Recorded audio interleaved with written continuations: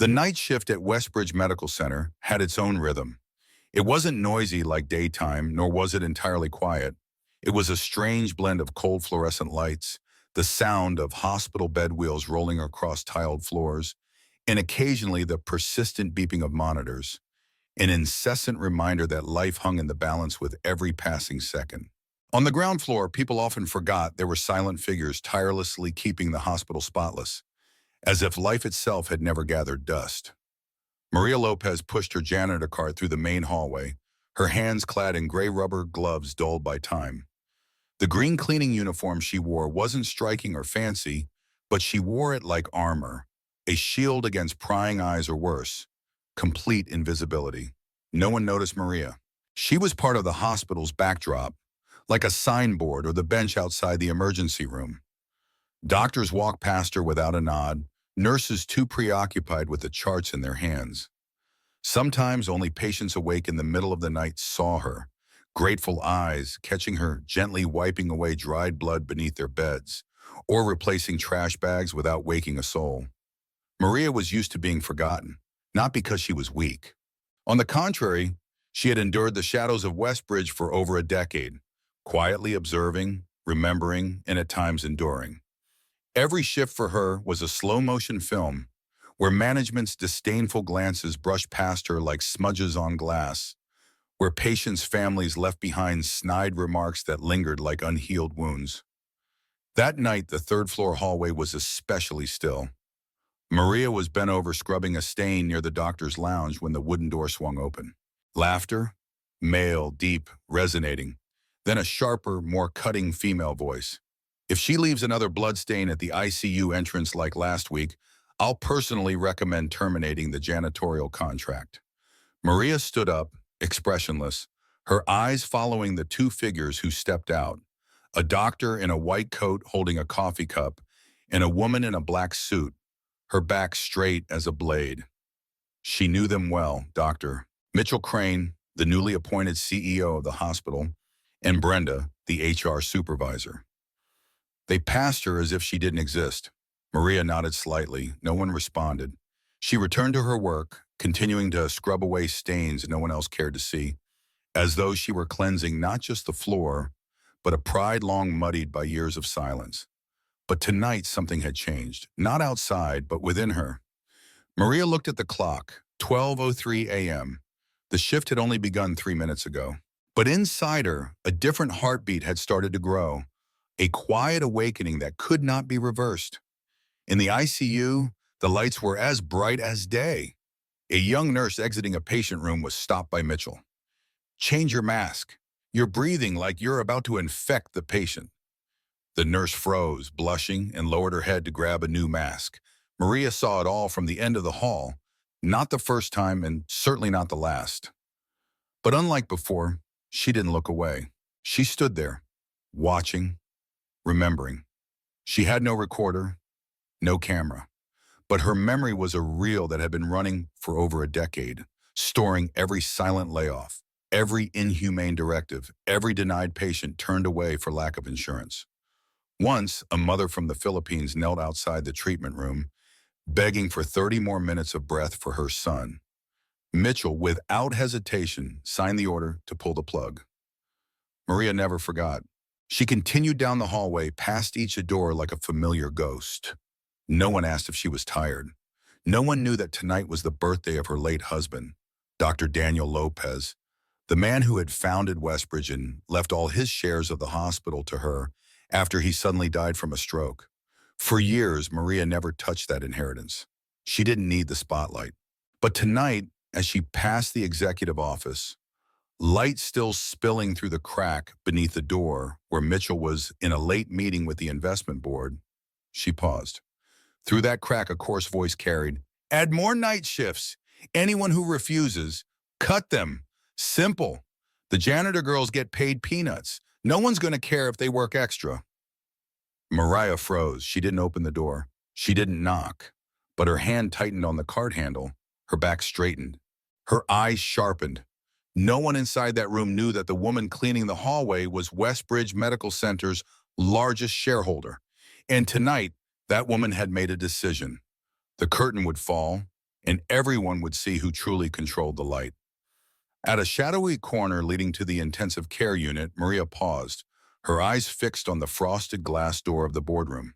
On its surface, her reflection appeared, blurry but steady, a petite woman with strands of silver tied neatly back, a face bare of makeup but calm like still waters after a storm. No one knew she was the wife of the hospital's founder.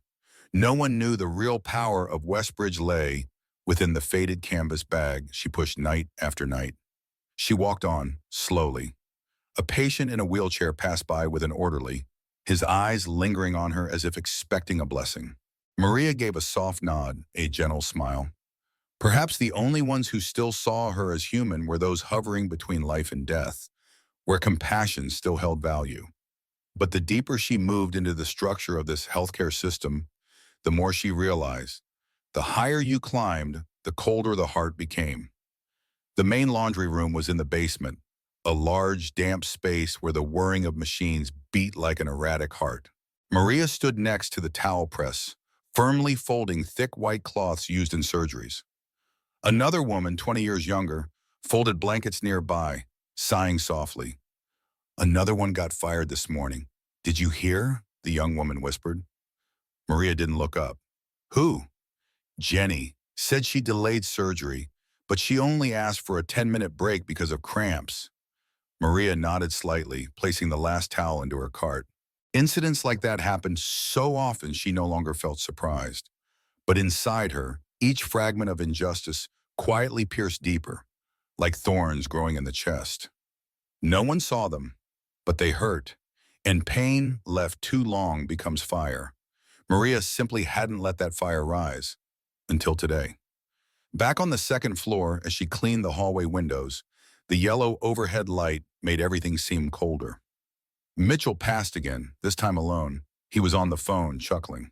These women take extra shifts without a pay raise, cost-cutting at its finest. Maria heard every word, every invisible blade slicing through the dignity she and countless silent workers still tried to preserve. She didn't react. There was no need to anymore. Instead, as Mitchell passed her, she slowly raised her head and looked directly at him, for the first time in years. Her gaze wasn't fiery or mocking. It was calm but full of warning. Mitchell didn't notice. He glanced quickly and stepped into the elevator. If he had known who she was, perhaps he would have stopped. Perhaps he would have chosen different words. But he didn't, and that arrogance would become the trap he'd walk into himself. Maria pushed her cart forward, slowly, as if nothing had changed, but in truth, everything had begun. As she turned into the supply room and quietly pulled out the third drawer from the bottom, where ignored internal reports were hidden, she started her work. Unsigned medical records, canceled lab tests for poor patients deemed unnecessary, layoff lists marked as temporary with no official documentation. Maria had been quietly collecting them for 2 months, not for revenge, but to bring light back to what her husband had built with love and belief in people. When she exited the supply room, the moon was high. She looked up through a small window. The moonlight coated the hospital wall, making it resemble a silent fortress, but not for much longer. Soon those walls would have to listen, not with ears, but with responsibility. Back at the last restroom in the hallway, Maria gently removed her gloves, washed her hands thoroughly, and opened her phone. In her contacts, only one name had a red star: David Chen, attorney. She didn't call, just sent a message. "I'm ready." Then, placing the phone back in her pocket, she looked at herself in the mirror. She was still Maria, the janitor. But also, she was the majority shareholder of Westbridge Medical Center. And from this moment on, the play had begun. Not with an alarm bell, but with the sound of a mop and the budge that no longer bowed. Maria Lopez was born in 1973 in a small town on the border between Texas and Mexico, where red-tiled rooftops leaned beneath the scorching sun and children grew up speaking two languages at once: the Spanish of their grandparents and the English of American dreams. The third of 5 children, Maria grew up amid hardship, but laughter was never in short supply. Her mother was a home seamstress. Her father, a construction worker, had never known the concept of time off. In their two-bedroom house, the first lessons Maria learned were not the alphabet, but how to give the best portion of food to those weaker, how to listen instead of interrupt, and most importantly, never let anyone see you fall. She met Daniel Lopez at a church party when she was 21. Daniel, then a final-year medical student, had once come to her impoverished neighborhood to do clinical rounds and distribute free medicine. Their love was quiet, carried through carefully packed lunchboxes, old bicycle rides, and handwritten promises taped to cookie tins. Daniel was the first to tell Maria she deserved more than a rundown apartment or a minimum wage job. But Maria didn't need roses. All she wanted was to walk beside him, whether at a field clinic or through tense overnight shifts with no one to cover. When Daniel received a grant to establish Westbridge Medical Center, a private hospital with the mission to heal patients with ethics before billing them, Maria was the first to sign up as a janitor. Not because of lack of opportunity, but because she wanted to start from the ground up, to understand the place through every stain, every grout line, every unsanitized sink. She wanted to see what the board would never see, because she believed no one could truly understand a system unless they'd bent down to pick up the trash within it. Daniel didn't protest. He understood. They were a pair that didn't need to walk arm in arm to prove their love. They journeyed on opposite ends of a shared ideal. 5 years later, Daniel suddenly died of a stroke in his office. That day, Maria was cleaning windows on the third floor when her phone rang. When she arrived, his hand was still clutching a pen, the neonatal wing expansion plan unfinished. The whole hospital seemed to freeze. But just a week later, when Maria received the transfer of all shares Daniel had left to her, not a single member of the current executive board believed she could understand the value of what she now owned. One board member, now the vice president, politely suggested she sell back the shares at a very generous offer to quickly stabilize her personal finances. Maria merely smiled and said she'd think about it. But in that moment, she already knew. These people didn't understand her husband, and they certainly didn't understand her. 10 years passed. Maria never attended a single meeting, never demanded privileges, never spoke to the press. She kept doing her janitorial work 5 days and 2 nights a week, quietly, punctually, never missing a shift. Some called her foolish. Others whispered that she stayed because she didn't know how to do anything else. But Maria was different. She knew that urgency was the privilege of those who had little to lose. As for her, a woman who had lost her husband and her youth to preserve a dream, she chose patience as her weapon.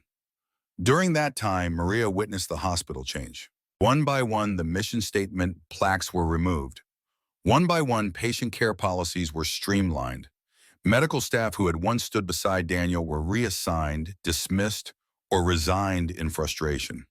Behind all these changes loomed the name no one dared say aloud: Dr. Mitchell Crane, the man brought in to double growth, the so-called budget savior, the man unaware that he sat atop a power structure more tightly held by Maria than by anyone else.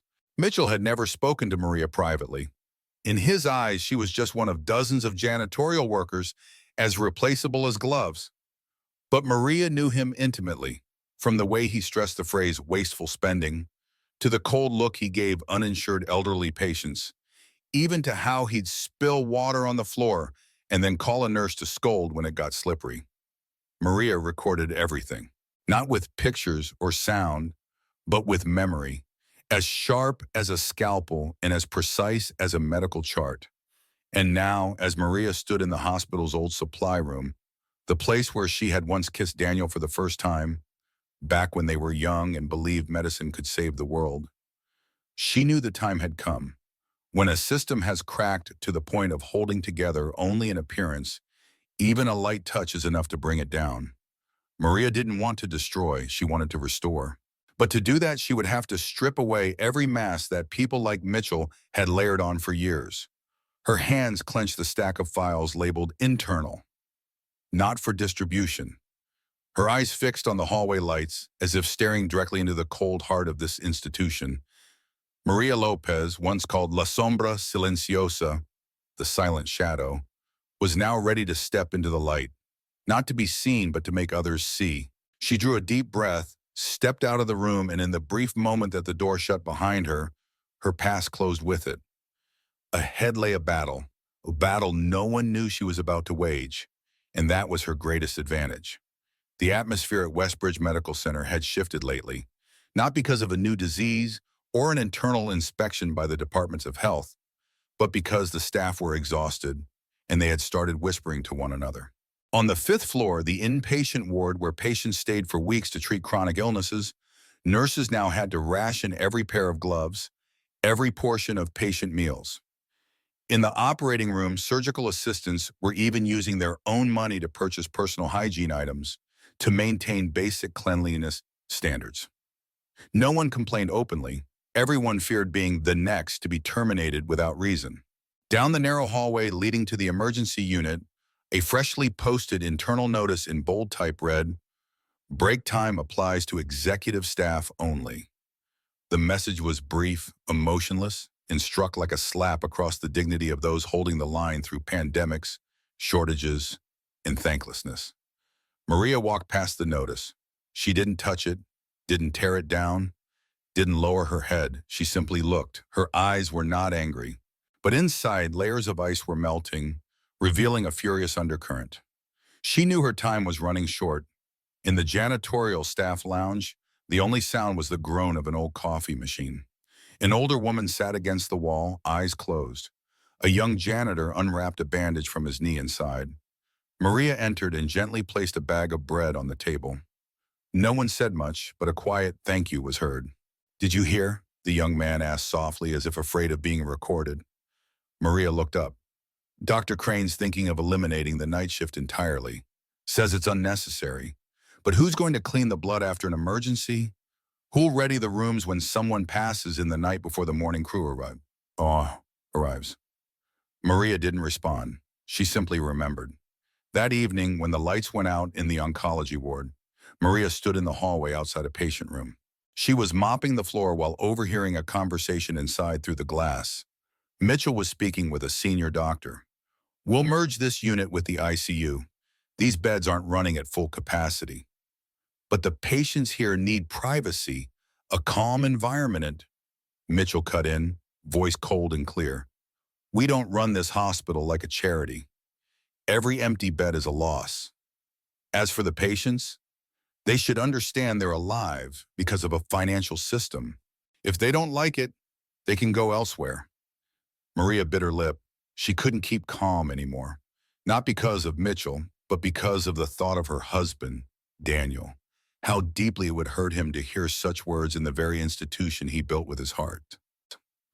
2 days later, in the top-floor conference room, designed with glass windows facing the city, Mitchell held an unscheduled meeting with the executive board. Maria, as usual, entered last, just to refill the water machine. No one noticed her, as always. Mitchell stood before the large screen, voice booming. "We've saved nearly $1.2 million by streamlining 17 redundant positions over the past 3 months." Scattered applause. A young woman in a red suit spoke up. "And what do we plan to do with the surplus?" Mitchell smirked. "Increase bonuses for the executive team, of course. The people who actually make a difference. We don't need to worry about janitorial staff. They're easily replaced. Their benefits far outweigh their output." Maria froze. She was pouring water when her hand clenched around the glass. A single drop spilled, landing silently on the plush carpet like nothing had happened. But inside of Ran, a final door had shut, the one that separated her from the silent endurance. Moments later, as Mitchell exited the room, he passed Maria without a glance. But this time she spoke. "Dr. Crane," he stopped, surprised that a janitor dared say his name. "Is there a problem?" He frowned. Maria stood upright, voice calm. "If you believe people are merely tools for cost optimization, then I'm afraid you don't understand what truly runs this place."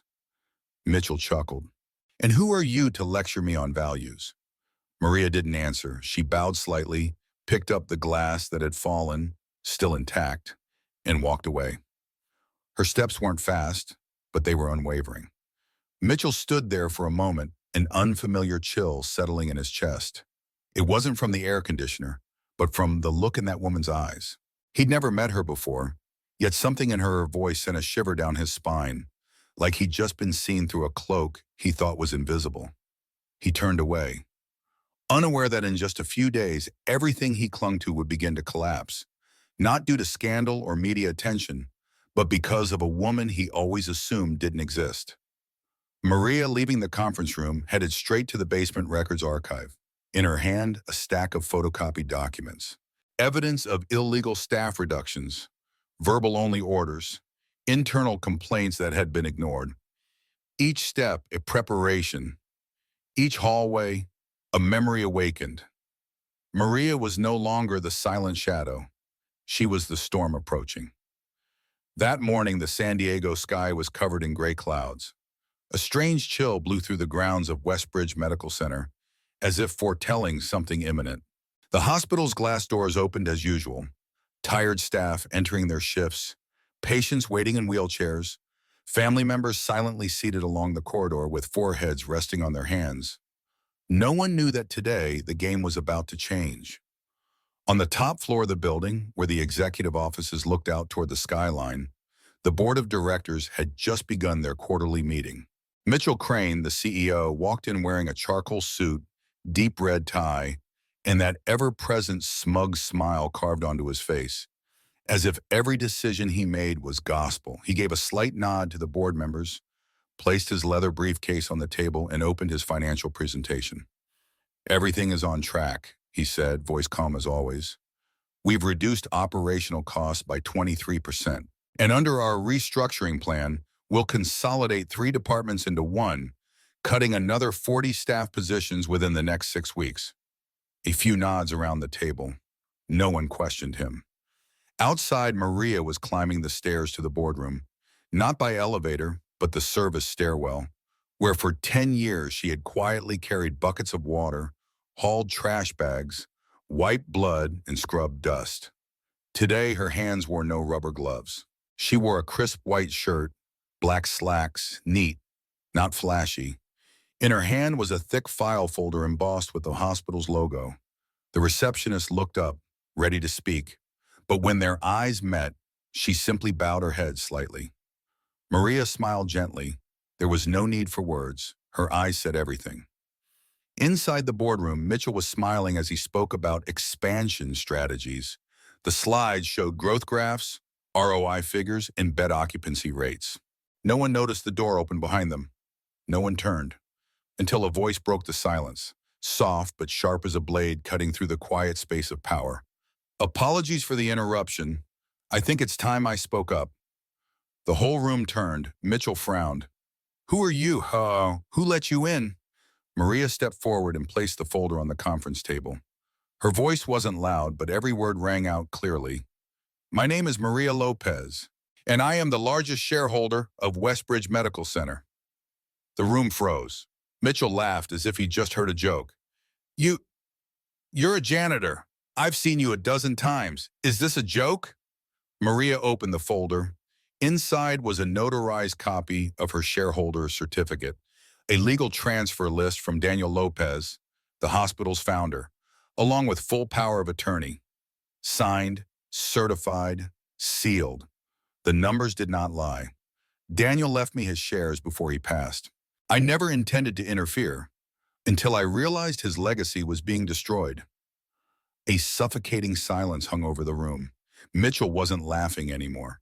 He grabbed the papers, flipping through them quickly, eyes locked on each line. The more he read, the more his hands trembled.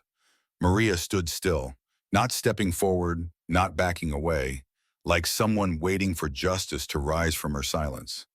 "I've been collecting evidence for over a year," she said. "I have a list of employees terminated without cause, unlawful verbal directives, financial misconduct, and dozens of buried complaints." Mitchell stood, grasping for ground. "You don't understand operations.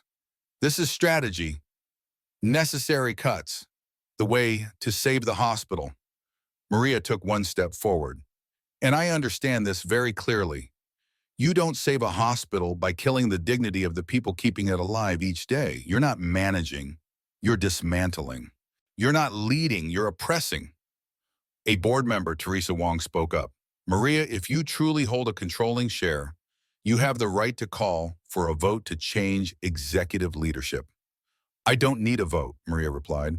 According to the 2007 charter, any shareholder with over 51% stake has the authority to directly remove the CEO in emergency cases that threaten the organization's ethics. Mitchell turned pale. What are you doing? Maria looked him in the eye. I'm firing you, effective immediately. No one spoke, no one objected. Some looked away, others lowered their heads. Mitchell took a step back as if all the air had been sucked from his lungs. I'll sue, he growled. Maria nodded gently. Do what you believe is right, just as I've done. Mitchell stood motionless for a moment, then turned and walked out. His figure disappeared behind the glass doors. Maria turned back to the board. I didn't come here to be the director, but I came to make sure that no one has to trade their compassion just to keep a job. She picked up the folder. And now, if no one minds, I'd like to invite some of the staff who've long been overlooked to speak about a reform plan, starting with those most forgotten. Applause echoed, soft but sincere. A nod, a tear. Above the skies of San Diego, the gray clouds slowly began to break, letting through thin rays of sunlight like a quiet promise. In a place that seemed like an ending, a beginning had just been lit. Since that morning, the atmosphere at Westbridge Medical Center was never the same. The news of CEO Mitchell Crane's dismissal spread quickly, first through administration, then to the wards, the emergency department, and finally down every hallway into every patient room. But what shocked everyone wasn't that he was fired. It was who did it. Maria Lopez, the woman who held the mop each day, the one they called Miss Maria, the night shift janitor, the silent shadow. And now the largest shareholder of the entire hospital system. The next morning when Maria appeared in the main lobby, no one passed her by with downcast eyes as if she were invisible. A young nurse hesitantly approached her and whispered, "Thank you for everything." Maria simply smiled. She didn't need applause. But that sincere gratitude was the wind beneath the sail of change. Within the first week after the incident, Maria called for an internal meeting, not in the top floor boardroom, but in a multi-purpose room near the emergency wing where natural light streamed through the windows. She requested the presence of every department head, from nursing, janitorial, and maintenance, to security and logistics. No one stood. There was no long table or projector, just a circle of chairs, and Maria sat in it like everyone else. We're starting over, she said, not with financial strategies, but by listening to each other. An elderly doctor, previously reassigned to the supply room for low productivity, spoke through tears. A janitorial worker shared about being asked to clean blood alone, when in the morgue at midnight with no protective gear. A student intern stood and apologized for once thinking Maria was just the cleaning lady. Maria blamed no one. She took notes on everything. Over the next 2 weeks, the changes began. Unclear short-term contracts were canceled and replaced with full employment agreements, including insurance. Employees previously dismissed without cause were invited back, if they still wished to return.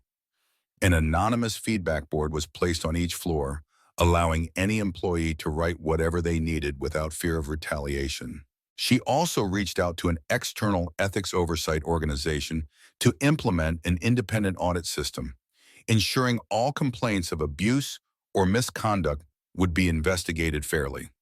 One day in a small meeting with the janitorial team, her quiet comrades for so many years, Maria entered the room in a crisp white coat, but still carried the old cloth handkerchief she used to tie to her belt during night shifts. "You haven't forgotten us, have you?" a middle-aged woman teased, voice still trembling. Maria smiled and pulled a document from her pocket. "I've proposed a pay raise for the entire janitorial department, and I want to add another night shift to make sure no one has to work the graveyard shift alone, like I once did." An older man stood up, eyes glistening. "I thought no one remembered what we do here." Maria looked at them, voice gentle but firm. "It's because of your silent work that this hospital remains a hospital. Every time you clean a room, a patient heals in safety. I haven't forgotten. And now no one will be allowed to." In the third week of her interim leadership, Maria held the first open hall where any patient, family member, or staff could ask questions, share stories, or challenge the management directly. The waiting room was packed. An elderly man in a wrinkled shirt stood and asked, "I lost my brother here because he didn't have insurance. What will you do to make sure that doesn't happen again?" Mariah didn't deflect. She stepped to the center of the room and bowed her head slightly.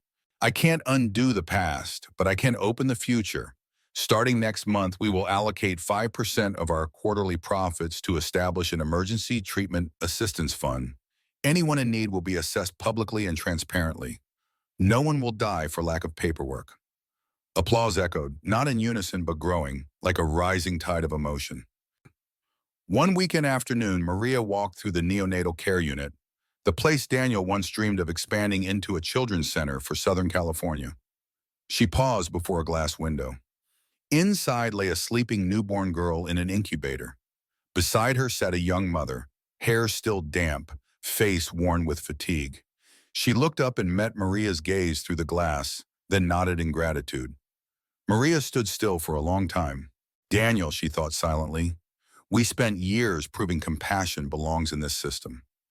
And today I've done it, not with victory, but with the trust of people." As she walked down the pristine hallway, a young nurse called out to her, "Ms. Maria." Maria turned. "Do you know," the girl said, "the day you fired Mr. Mitchell, all of us rewatched the hallway camera footage. And there's this part when you walk into the boardroom and the light shines behind you like—" She hesitated.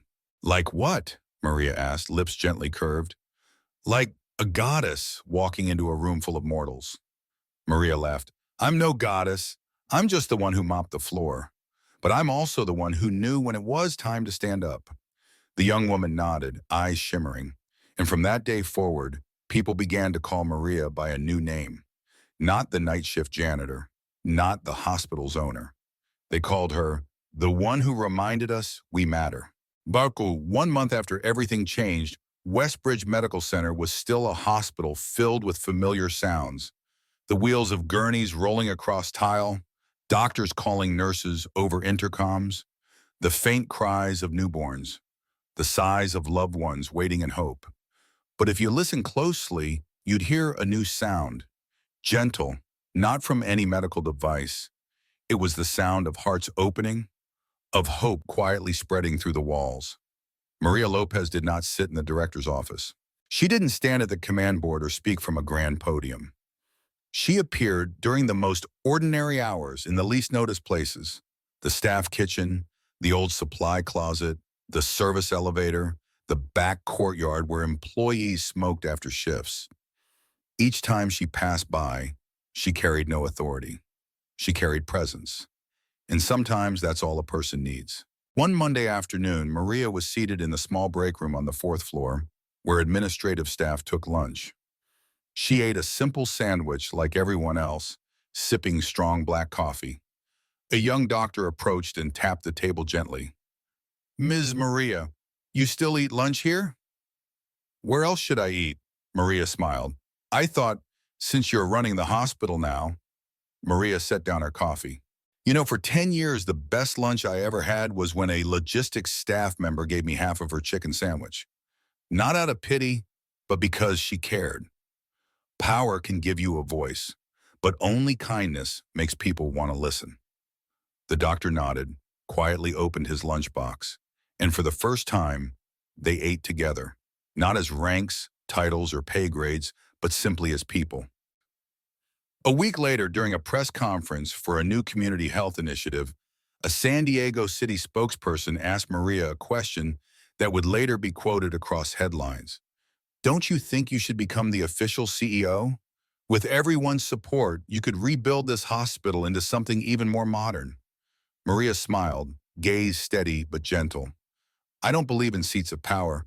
I believe in how people treat each other when no one's watching. A truly sustainable system is one where even the smallest voice feels heard." Then she added, like a message reaching beyond the conference room, "What we need isn't more leaders. What we need is more kindness." One evening, just as the sky turned golden, Maria returned to the old basement storage room, where she had once secretly gathered files and handwritten plans to change the system. The room had since been transformed into a staff library. On the shelves, instead of mops and chemicals, were books on medical ethics, nursing history, and reprinted journals of Dr. Daniel Lopez, her late husband, displayed with quiet honor at the center. Maria ran her fingers along the spine of one book. A young intern walked in, startled to see her. "I'm sorry, I thought no one was here." Maria smiled. "What are you looking for?" "I was hoping to read about end-of-life care standards. But honestly, I just needed a little quiet." "You came to the right place," she said. "This is where quiet people once began the biggest things." He nodded and pulled out a chair. Maria sat beside him in silence. In that moment, she knew. She didn't need another title to prove anything. Because real change doesn't happen in boardrooms. It happens in small acts of kindness, repeated over and over, even when no one sees. At day's end, Maria stood in front of the hospital building, where the sunset lit the glass facade, reflecting an entire journey. She placed her hand on the railing and looked up at the name etched on the rooftop. West Bridge Medical Center. Beneath it, a new line had been engraved in metal, built on compassion, preserved by those never seen. A young nurse stepped out the front doors and greeted her. "Hi, Ms. Maria." Maria returned the greeting softly. "Do well, sweetheart." The nurse nodded, then paused and turned back. "Do you think what's the most important thing a hospital worker should remember?" Maria was silent for a moment, then answered that you're looking at a person, not just a case, and that no one, whether patient, family, or janitor, should ever feel invisible. The young woman smiled, then walked away. Maria lingered for a while longer before leaving the hospital grounds. No cameras, no lights. Just an ordinary woman, walking into the dusk, as if this whole story had never been a miracle. But for those who witnessed it, it will always stand as proof. The quietest person, when they rise at the right time, can change the entire world.